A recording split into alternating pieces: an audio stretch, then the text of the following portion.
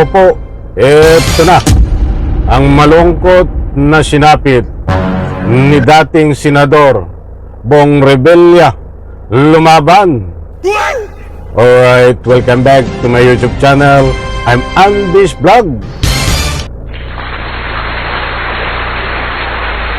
Mga kaibigan, naku, matindi ho ito, malungkot na balita.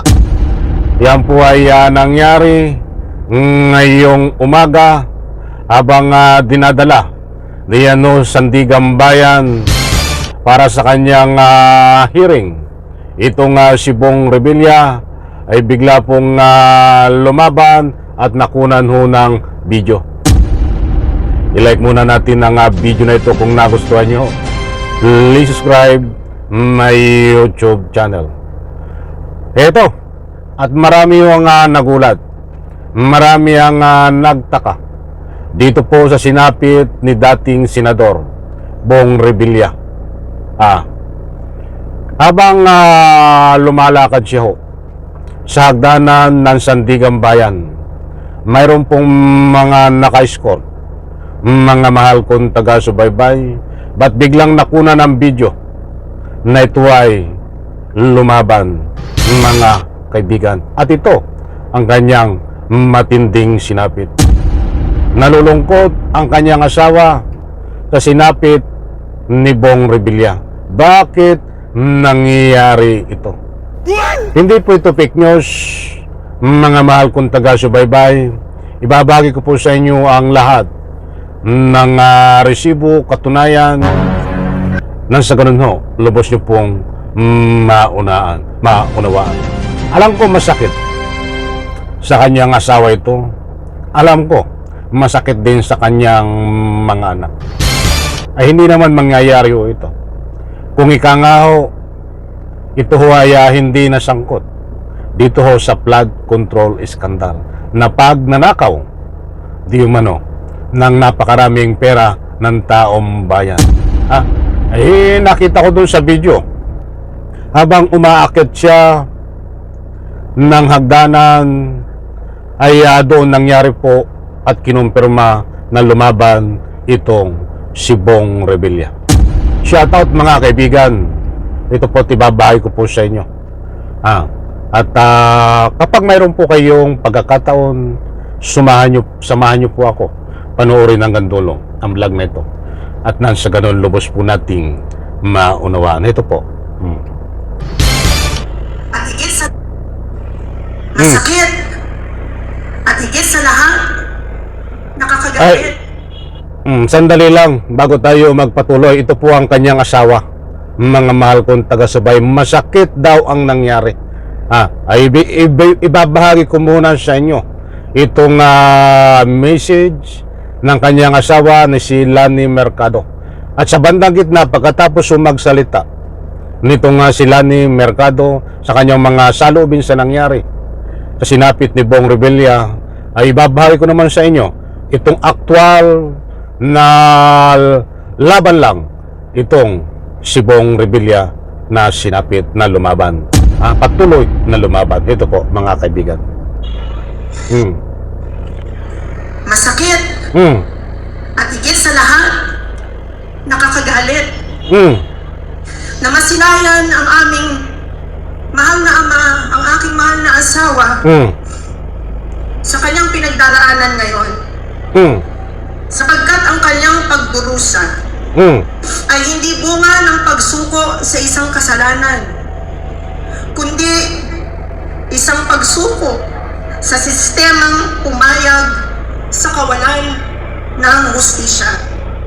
Ayan, baka tayo maubusan ng oras, mga mahal kong taga-subaybay. Kaya ipabahagi ko na po sa inyo itong sinapit ni Bong Revilla habang papakit ho ng hagdan diyan po sa Sandigan Bayan. Ngayong araw na ito naganap ay diyan po nakunan siya ng anumang eksena tungkol dito sa usapin na lumaban, mga kaibigan. Ito ho, at ipapakita ko po diyan sa screen, mga mahal kong taga-subaybay. Sana po ay mapanood nyo ito. Buhat sa News 5, pagkatapos nitong ipakikita kong ito, ay may video po itong kasunod. Ito muna ang ibabahagi ko sa inyo buhat sa News 5. Nandiyan ho, naka-flash sa screen. Ano ho ang sinasaad? Ito ang naging pahayag ni dating Senador Bong Revilla sa kanyang pagdating sa Sandigam para sa kaniyang arrangement at pre-trial ngayon Lunes.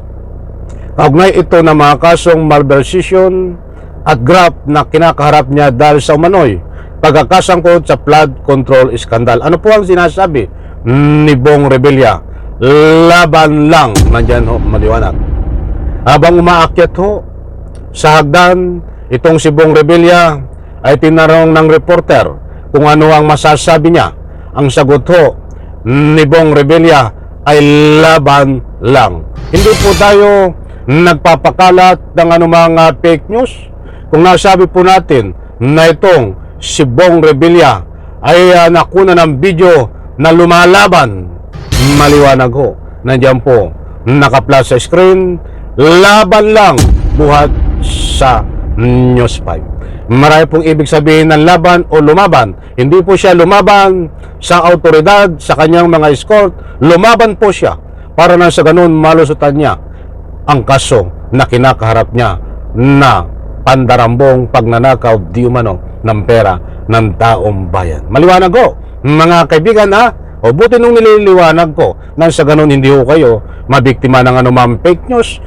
O ito pa, ang katibayan mga kaibigan video na itong si Bong Revilla ay nakapusas at habang umaakit ho ng hagdan sa Sandigang Bayan ay ito lubaban nga mga mahal kung taga-subaybay. Nasaan na ba siya? Ito, nako, matindi ho ito.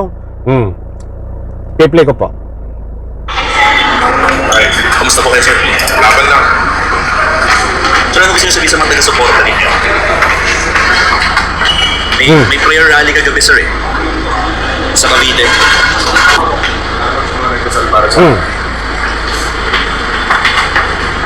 Sir, Bernardo, sir, may gusto kayo sabihin.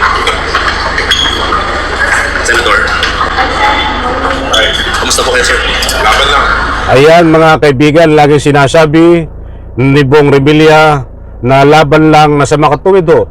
Siya po ay lumalaban, nanlalaban sa pamamagitan ng kanyang kung paano makalusot o ano pang mga gagawin ng kanyang abogado para siya po ay isang uri na lumalaban sa kanyang kaso. Alam ko mga kaibigan, nakuha nyo ang gusto nyong ipunto. Ngayon po ay nakakulong diyan po sa City Jail itong si Bong Revilla at patuloy pong lumalaban kasama ang kanyang abogado sa anumang legal na battle nang sa ganun po makalusot siya. Ay kung may ebidensya hindi ka makalusot, kulong ka talaga. Diyan like ko sa video na ito, babae. Palakpakan.